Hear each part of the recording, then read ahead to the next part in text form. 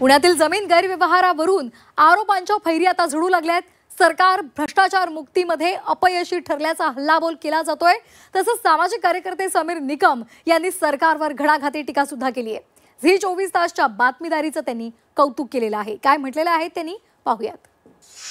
आपल्या झी 24 तासच्या माध्यमातून जे पाहिलं गेलं ते अत्यंत विदारक दृश्य पुणे शहरात आहे। ज्या सरकारला आपण या सत्तेत बसवलं हे सर्वसामान्य पुणेकरांना असं वाटलं कुठेतरी भ्रष्टाचार मुक्त होईल, परंतु इथं भ्रष्टाचार वाढताना दिसतोय। आणखी पुढे येणारी काही प्रकरणं मोठ्या प्रमाणात दिसत आहेत आणि दिसणार आहेत। येरवड्याजवळील सालीमाली पक्षी अभयारण्य यातून ते वाचलेलं नाही। 22 एकराचं अभयारण्य आजही तिथं याच प्रकारे वतनाच्या जमिनी म्हणून त्या ताब्यात घेतल्या गेल्या का? तर तिथं पाहिलं तर काही राजकीय पक्षांचे आज तिथं पदाधिकाऱ्यांनी ताबे मारलेत आणि एखाद्या गरिबांनी शेतकऱ्यांनी त्याच्या जागेत जर तिथं काय करायचं म्हणलं तर अतिक्रमण येऊन तिथं ताबा घेतं। असं का?